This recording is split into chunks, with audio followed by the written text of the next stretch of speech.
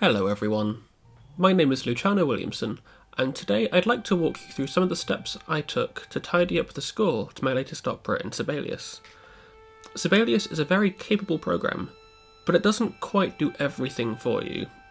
For example, on the left is the first page of this score, as it was when I put it into Sibelius, without doing anything beyond applying my own house style. By comparison, on the right is what we want the finished page to look like. So, let's get to work. The first thing I do to begin tidying a score is to put in my own page breaks. Now, Sibelius will do this by default, but sometimes they aren't quite perfect. On this first page, I would generally consider cutting off 1 or 2 bars at the end to make the first few bars more evenly spaced. However, these first 7 bars are all one musical phrase, and bar 8 has a rehearsal mark. As a conductor, it makes a lot more sense to have this rehearsal mark at the start of the page. That's a more logical placement for it. So, I'm going to put in my own page break at the end of bar 7. Perhaps it isn't necessary for me to put in this manual page break here because Sibelius has already done it by default. However, sometimes Sibelius will make adjustments while you're working elsewhere in a score, and I don't want anything to move now I've decided that these 7 bars will be one page. These next couple of pages are fine, but page 4 is very cramped. There are only 6 bars, which would normally be fine. However, there's a lot of text in the first 2 bars, and these are squishing the last few up at the end. So, I'm going to put a page break in on this double bar line 3 bars in. That looks a lot more evenly spaced. Now that we know what we want on each page, we can begin to tidy them up. I'll start by removing some unnecessary text. Now, these tempo markings on the first page, the first one is in the right positions above the top staff and above the strings. However, this next one is a line style rather than a text style, which isn't affected by the object positions you can specify, so we'll have to delete these middle ones manually. Now that these are gone, let's look at the instrument changes. For some reason, Sibelius will put instrument changes just before the bar line, so if a change occurs over a system break, the change gets put in at the end of the previous line rather than the start of the next. This is irritating, but it's a simple fix. We'll just drag them over to the next page. I'll also rename the instrument staves here to match the first page. Now, I could just start with this instrument set to alto flute, and in many cases that would be perfectly acceptable. However, for stage works, I like to list all of the instruments a reed player is doubling on at the start, just in case there is an unusual doubling. We have a couple of these to change, but I'm not going to change the tam-tam on this first page. And here's why. I don't like switching between 5-line staves and 1-line staves in percussion. I think it looks ugly and cumbersome.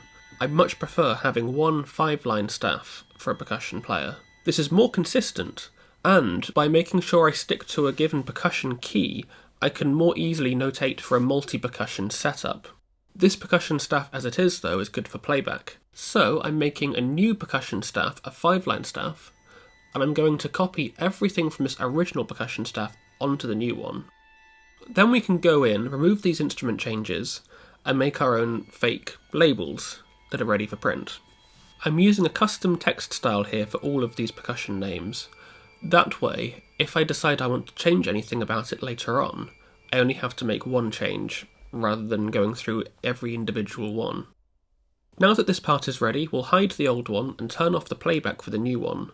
That way it'll play back properly, and it'll look right. Let's stay with percussion for a bit. I wrote this drum part in very quickly, and now it needs to be tidied, so we'll just make this ready for a player to read. Generally, stems for the hands will go up, and stems for the feet will go down. However, for these triplets, I think it looks much cleaner for them to be stemmed together.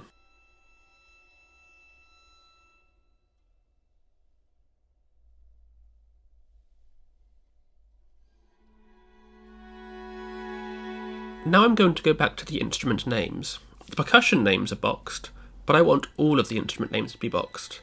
This helps them stand out on the page more easily. So I'm going to open this text style and I'm going to change them to boxed and erase the background. That will automatically update all of them in the score. Now I can just reposition them where I need them. I like to have the new instrument names just before the entries, and the cues to change just after the end of the phrase, as this saves a bit of vertical space.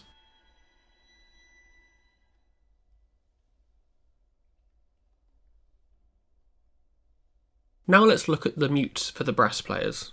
I like to give the players plenty of warning when a new mute is going in or a mute is coming out, especially if I'm switching, like in the opening here, from a harmon mute to a straight mute. It isn't entirely necessary, but it makes their job a bit easier. The horizontal spacing on this score is pretty good after we put in our own page breaks, however it's not quite perfect. Sibelius will often put in a little bit of extra space when you change a clef, but this isn't always necessary. So we're going to use this plugin, Respace Clef Changes, to fix that. I could just select the whole score and do this once for the whole thing, and that would probably be fine. However, when I'm this far into tidying up a score, I don't want to make any changes that I can't immediately see. The last thing I want is to accidentally affect something somewhere else and not see it when I'm proofreading. This takes a little bit more time, but it's worth it for the extra control. Continuing with horizontal spacing, let's look at the tempo marks now. The spacing on these tempo marks is acceptable, but I would much prefer to have them begin at the start of the time signatures, so we're just going to nudge these back a bit. Next, let's take a look at these little scoops up in the brass, the bassoon and the saxophone. I don't like how they go underneath the accidental, so I'm just going to give them a little bit more space to make them a bit more readable, a bit more obvious. Now let's start thinking about vertical spacing. Firstly, the positions of some of these tuplet brackets isn't quite right. I have tuplet set to horizontal by default, as I think this is a much cleaner look.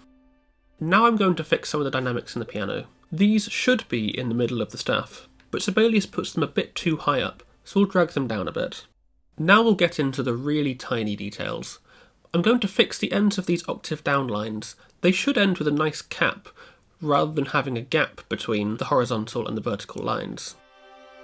I decided that I wanted the solo marking at the start of the score in the saxophone to be italic, to match the rest of the style throughout the score. Here I'm just making a couple of minor edits to some tiny details.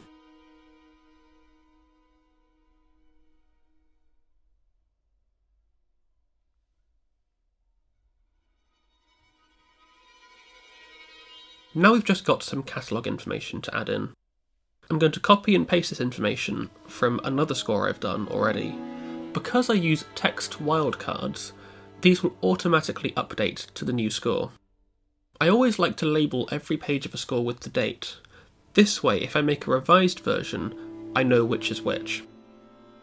I'll add a little note at the top of the page to clarify this is a transposing score.